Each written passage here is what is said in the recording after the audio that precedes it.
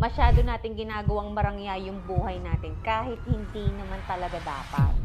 Walang-wala ka na nga, pero gagawan mo ng paraan yung mga bagay na hindi mo naman kailangan. Yun yung nagpapahirap sa atin eh. Hindi natin iniisip kung ano ba yung basic na pangangailangan natin. For example, cellphone. May bagong labas sa cellphone, ura-urada ka naman. Kailangan magkaroon ka kahit ipangutang mo na. Basta importante, pasok ka sa uso. Inuna mo yung yabang, bago yung pangangailangan ng pamilya mo, bago yung pangangailangan mo. Diyan ka na magsasuffer, diyan ka na mababaon. Hindi pa dumadating yung sasahurin mo, may paglalaanan ka na, kulang pa. Hindi mo naman kailangan palaging nakasunod sa uso. Pag alam mo nakakapusin ka, pumirmi ka. Pag sumikapan mo na makuha mo yung mga gusto mo na hindi mo kailangan ikompromiso yung pangungutang sa ibang tao.